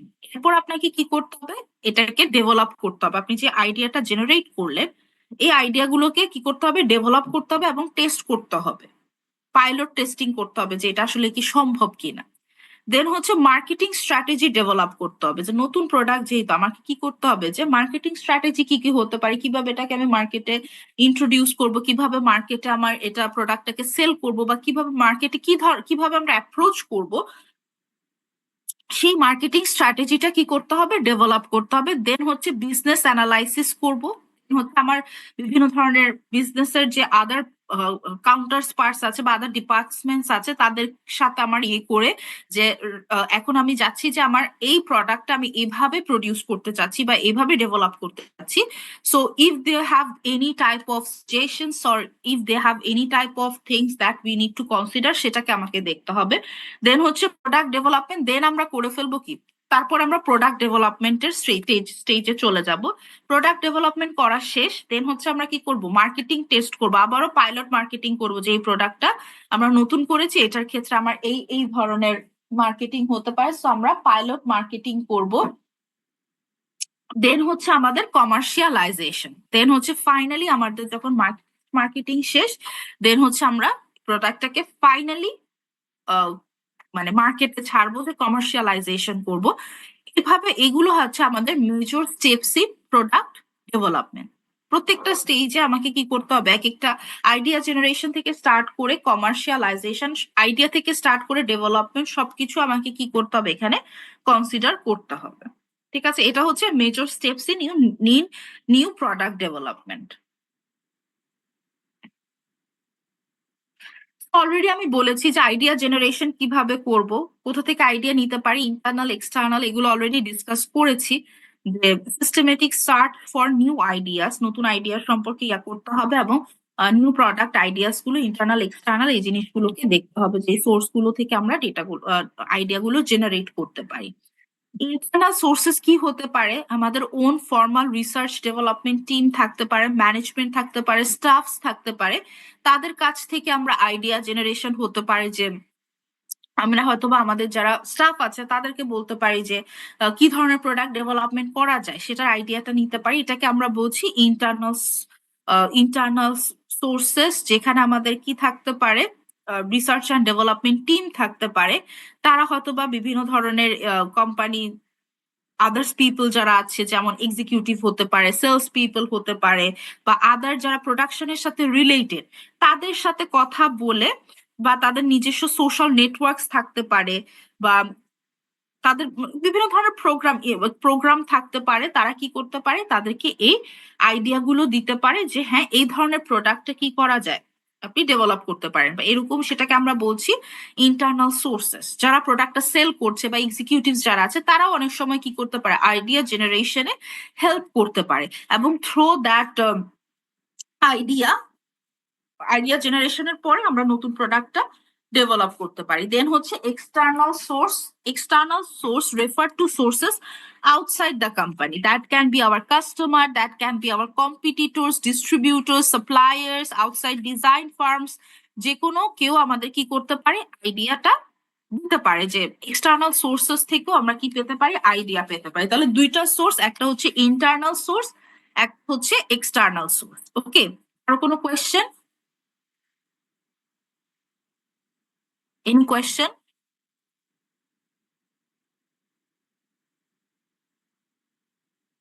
Question আছে No, কারো ma'am. কোনো? No, ma'am. ওকে, দেন হচ্ছে ক্রাউড সোর্সিং। আইডিয়া জেনারেশনের আরেকটা স্টেপ হচ্ছে crowd sourcing. Crowd sourcing involves inviting broad communities of people, customer, employees, independent scientists and researcher, and even the public at large into the new product innovation process. Crowd সোর্সিংটা কি, যেখানে আমরা কি করছি, broad customer, employees বা independent scientist যারা আছে এবং পাবলিক যারা আছে তাদের কাছ থেকে আমরা কি করছি, বিভিন্ন ধরনের আইডিয়া ইনভাইট করতে পারি, যে কি কি ধরনের মানে বিভিন্ন ধরনের আইডিয়া তাদের কাছ থেকে চাইতে পারি, যেটার মাধ্যমে আমরা নতুন প্রোডাক্ট ইনোভেশন প্রসেসটা করতে পারি। ক্রাউড সোর্সিং যারা আছে পাবলিক লার্জ সবার কাছে আমি কি করতে পারি, আইডিয়া চাইতে পারি যে হ্যাঁ আমাদের কোম্পানি একটা নতুন প্রোডাক্ট ডেভেলপ করবে, so you can give some idea and you can get some price money or anything. So সেটার উপর বেস করে আমরা যখন করি সেটাকে আমরা বলছি ক্রাউড সোর্সিং। ওকে, আমাদের একটা লার্জ কমিউনিটিস অফ কাস্টমার্স আছে, এমপ্লয়িজ আছে, রিসার্চার আছে, অথবা নর্মাল পিপল আছে, নর্মাল পাবলিক আছে, তাদের কাছে আমরা জাস্ট একটা আইডিয়া চাইতে পারি, বা আমরা বলতে পারি যে আইডিয়াটা দেওয়ার জন্য, এবং based on that we can develop a new product. Okay, বুঝতে পেরেছি সবাই?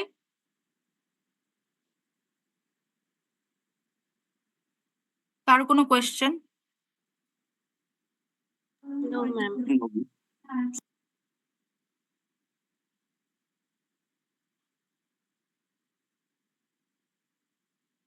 ওকে, নেক্সট হচ্ছে আইডিয়া স্ক্রিনিং। দেন আমাকে কি করতে হবে, আইডিয়াটা স্ক্রিন করতে হবে।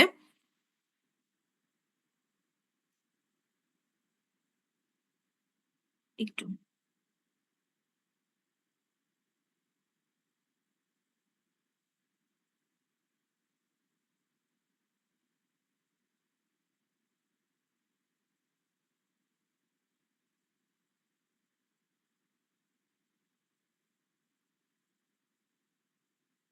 Identify good ideas and drop poor ideas. Then আমাদেরকে কি করতে হবে, যে আইডিয়াগুলো আমরা পাইলাম ক্রাউড সোর্সিং বা আদার সোর্সের মাধ্যমে, সেখান থেকে আমাকে গুড আইডিয়াস গুলো আমরা আইডেন্টিফাই করবো, এবং যেগুলো আমাদের পুয়ার আইডিয়াস আছে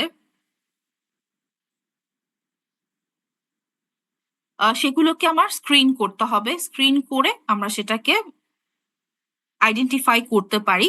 সো ফর এক্সাম্পল, যেমন আমরা বলতে পারি ইজ ইট রিয়েল, স্ক্রিনিং প্রসেসটা কিরকম হতে পারে। Is it real, can we win, আমরা কি এটা আসলে করতে পারবো কিনা। ইজ ইট ওর্থ ডুইং, সেটা কি আসলে করাটা ঠিক হবে কিনা, সবকিছু আমরা এখানে স্ক্রিনিং প্রসেসের মধ্যে থাকবে। ফ্রেমওয়ার্কটা কি, RWW। যখন আমরা আইডেন্টিফাই করব good ideas and bad poor ideas, সেখানে আমরা কি করতে পারি, স্ক্রিনিং ফ্রেমওয়ার্কটা নিতে পারি। আর হচ্ছে ইজ ইট রিয়েল, ডাব্লিউ হচ্ছে can we win, W, and W হচ্ছে ইজ ইট ওর্থ ডুইং। এটার উপর বেস করে আমরা আমাদের স্ক্রিনিংটা করতে পারি। এটা কি ক্লিয়ার সবাই? Yes miss. এটা ছিল আমাদের সেকেন্ড স্টেপ। দেন হচ্ছে third step, concept development and testing. Go for our product idea, concept and image. যখন আমরা দেখলাম যে আমরা স্ক্রিন করে ফেলেছি যে ইজ ইট রিয়েল, করা পসিবল কিনা, আমরা কি করতে পারবো কিনা, আসলে করা ঠিক হবে কিনা, আমাদের বেনিফিটস হবে কিনা, এগুলোর মাধ্যমে যখন আমরা স্ক্রিনিং ফ্রেমওয়ার্কটা করব, আপনারা অনেক সময় দেখা যায় আপনাদেরকে কোয়েশ্চেন যখন এক্সামে করা হয় তখন দেখা গেল মন মতো লিখে দিলেন স্ক্রিনিং, তাহলে কিন্তু হবে না। এই যে একটা ফ্রেমওয়ার্ক আছে, আপনি নিজের আইডিয়া দিয়ে লিখেন, বাট এই স্ট্রাকচারস গুলো কিন্তু ফলো করতে হবে, এই আইডিয়া গুলো কিন্তু আপনার অ্যান্সারে ইনকর্পোরেট করতে হবে। ঠিক আছে? হচ্ছে product idea is an idea for a possible product that the company can see itself offering to the market.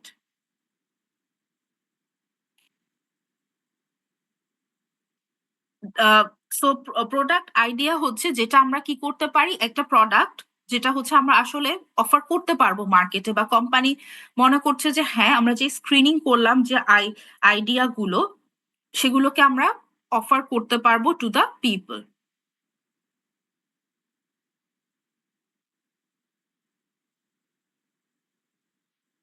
দেন হচ্ছে product concept. Product concept is a detail version of the idea stated in meaningful consumer terms. Then হচ্ছে product concept, আপনারা আগে পড়েছিলেন মনে আছে আপনাদের value proposition এ product concept, সেটা কি ছিল? আমাকে কনজিউমারদের যে টার্মস আছে সেটার উপর বেস করে আমার একটা প্রোডাক্টের কনসেপ্টকে ঠিক করতে হবে যে আমার এটা detail version of the idea, যে আমার এটা হতে পারে, একটা আমরা প্রোডাক্টের কনসেপ্টকে দেখতে পারি। দেন হচ্ছে product image. Product image is the way consumer perceive and actual or potential product. And যখন আমরা প্রোডাক্ট ইমেজটা দেখবো, ইন দ্যাট কেস আমরা অ্যাকচুয়ালি কোন প্রোডাক্টটা করতে চাচ্ছি, বা কনজিউমার কোন ধরনের প্রোডাক্টটা আসলে পারসিভ করছে, বা তাদের কি ধরনের আইডিয়া অ্যাবাউট দিস প্রোডাক্ট, সেটাকে আমরা বলছি প্রোডাক্ট ইমেজ। সো ফার্স্টে আমাদেরকে প্রোডাক্ট আইডিয়াটা দেখতে হবে যে আমরা আসলে কি ধরনের পসিবল প্রোডাক্ট অফার করতে পারি মার্কেটে। দেন প্রোডাক্ট কনসেপ্ট ডিটেল ভার্সন থাকবে যে আমার কনজিউমারদের এই ভ্যালু আমরা দিতে পারবো, বা এই ডিমান্ডস গুলো ফুলফিল করতে পারবো, সেটার উপর বেস করে প্রোডাক্ট কনসেপ্টটা করব। দেন হচ্ছে প্রোডাক্ট ইমেজ। প্রোডাক্ট ইমেজটা হচ্ছে যেখানে আমরা দেখছি যে আমাদের অ্যাকচুয়াল বা পটেনশিয়াল প্রোডাক্টটা, মানে কনজিউমাররা কি ধরনের প্রোডাক্টটাকে অ্যাজিউম করছে বা পারসিভ করছে, সেটাকে আমরা বলছি প্রোডাক্ট ইমেজ। সো এইটুকু থাকুক, নেক্সট ক্লাস আমি বাকিটা কন্টিনিউ করবো, আজকে আর কন্টিনিউ করবো না। সো এটুকু পর্যন্ত কারো কোনো কোয়েশ্চেন?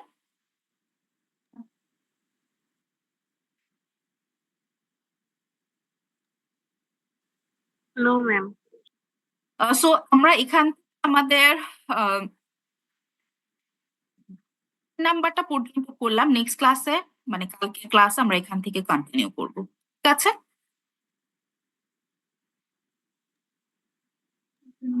Okay ma'am. ম্যাম, বলেন। যে যারা হচ্ছে সিটি মিস করেছে তাদের একটা অ্যাসাইনমেন্ট যদি দিয়ে দিতেন, তো ওটার সফট কপি আপনাকে সাবমিট করতো, এরকম। মানে যেহেতু ক্লাস আপনার এখন টেস্ট যারা ক্লাস মিস নেই। করেছেন তারা ক্লাস টেস্ট দিবেন, আপনাদের টেনশন করা লাগবে না। আমি যদি নাও নিতে পারি, আমি একজনকে অথরিটি দিয়ে যাব, তারা আপনাদের ক্লাস টেস্ট নিয়ে নিবে। সো এটা নিয়ে আপনাদের টেনশন করতে হবে না। আপনাদের এখনো তো বহুত দেরি ফাইনাল এক্সামে, সো ওটা নিয়ে আপনারা টেনশন করেন না। ওটা আপনাদের ক্লাস টেস্টের মতো করে হবে যারা মিস করেছেন। Thank you ma'am.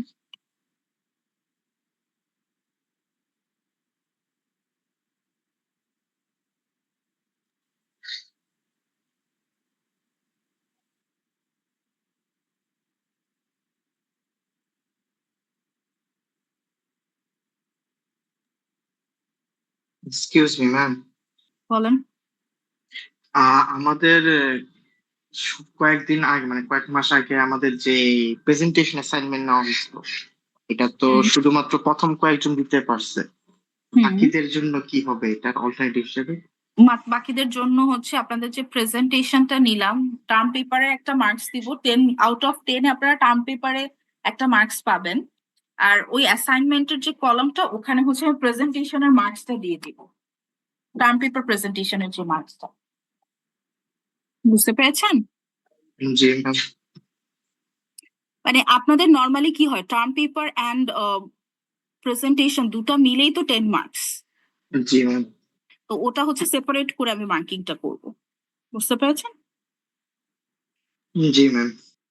Okay, respond your number 21, 127, Present miss. 61, Yes, ma'am. 77, Yes, ma'am. 101, 101, 131. আচ্ছা, সিআর যারা আছেন দুই সেকশনের, যদি কেউ এখানে অ্যাটেন্ডেন্স দেয় চ্যাট বক্সে, প্লিজ একটু আমাকে ইনফর্ম করবেন, এখনই করবেন, আমি পরে আর ঠিক করব না। 131, 153, Present ma'am. ID 1, Present, miss. 5, Present miss. 7, Present, miss. 11, Yes ma'am. 19, Yes, miss. 21, Present, ma'am. 23, Present ma'am. 25, present ma'am. 27, Present, ma'am. 31, Present, ma'am. 33, Present, ma'am. 35, 35, 41, Present, ma'am. 45, Present, miss. 51, Present, ma'am. 53, Yes, ma'am. 59, Present, ma'am. 61, 65, Present, ma'am. 67, Yes, ma'am. 69, Yes, ma'am. 75, Yes, ma'am. 77, Present, ma'am. 79, Yes, miss. 89, Present, ma'am. 91, Ma'am, 91 এর network issue chat বক্সে রয়ে গেছে 93, 95, Present, ma'am. 97, present ma'am 101, Present, ma'am. 105, yes ma'am 109, Present, ma'am. 111, 111, 13, yes ma'am 111 present chat বক্সে দিয়ে 15,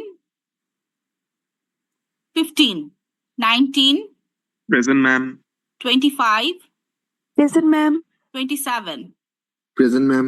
29, present ma'am 31, present ma'am 33, Present, ma'am. 37, Present, ma'am. 41, Present, ma'am. 43, 45, Yes, ma'am. Ma'am, 22 batch 101, ma'am. 115 Ma'am, 22 batch Ma'am, 101. 61 present, ma'am. আমার একটু হিকাপস হচ্ছিল তাই তখন অ্যাটেন্ডেন্সটা দিতে পারিনি। Ma'am 115 115, Ma'am, 61 too. Ma'am, 101. 22 batch.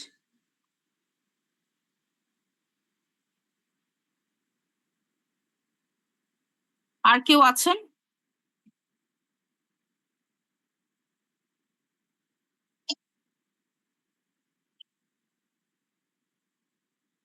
ওকে, section B 2154। আচ্ছা, আপনারা লিভ Yes, করার আগে ma'am. আমি বলে দিই আপনাদের কালকে কোন সেকশন আগে করছেন? এ সেকশন আগে করছেন না বি সেকশন আগে করছেন কালকে ক্লাস? আচ্ছা, বি সেকশনের আগে আমি ক্লাসটা জাস্ট 11টা থেকে স্টার্ট করব, ঠিক আছে?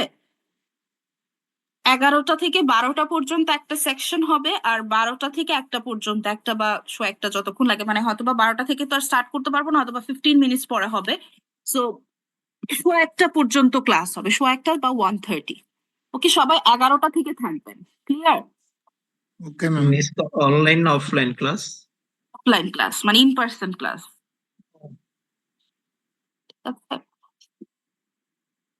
So 2154, Yes, ma'am. 126, present ma'am 144, present ma'am 148, 154, Present, ma'am. 166। Present, miss. CR আপনারা আছেন না? একটু জানিয়ে দেন। কালকে বি সেকশনের ক্লাস 11টা থেকে, আর এ সেকশনের ক্লাস হচ্ছে 12টা থেকে, ঠিক আছে? ওকে ম্যাম আহ, এটা কিন্তু ইন পার্সন হবে, অনলাইন কিন্তু বলছি না আমি। ID 4, 4, 6, Present, ma'am. চ্যাট বক্সে দিয়েছে 8, 8 আছেন? 10, 10, 12, yes ma'am 14, present ma'am 20, yes ma'am 22, 22, 26, Present, ma'am. 26. 30, Present, ma'am. 40, 40, 40, 42, Present, ma'am. 44, Present, ma'am. 48, Present, ma'am. 50, Present, ma'am. 52, Yes, ma'am. 54, Present, ma'am. 58, Yes, miss. 60, Present, ma'am. 64, Yes, ma'am. 66, Present, ma'am. 68, Present, ma'am. 74, Yes, ma'am. 76, Yes, ma'am. 86, Present, ma'am. 88, Present, ma'am. 92, 92, 102, Present, ma'am. 104, Yes, ma'am. 8, Present, ma'am. 10, Present, ma'am. 16, Present, miss. 22, Yes, ma'am. 24, Present, ma'am. 26, Present, ma'am.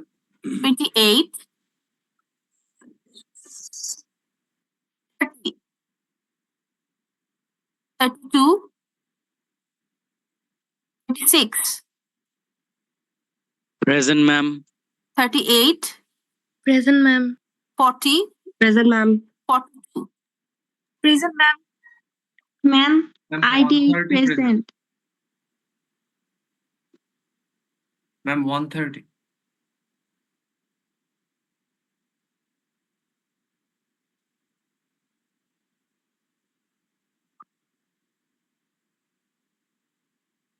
One 30, Ma'am, ID 8. ID 8, আর কেউ আছেন? 22 batch 148, ma'am Uh, I 10 এর নেটের সমস্যাও বলেছে। 10, then হচ্ছে 20, then হচ্ছে 40, then হচ্ছে 92, 128, 132.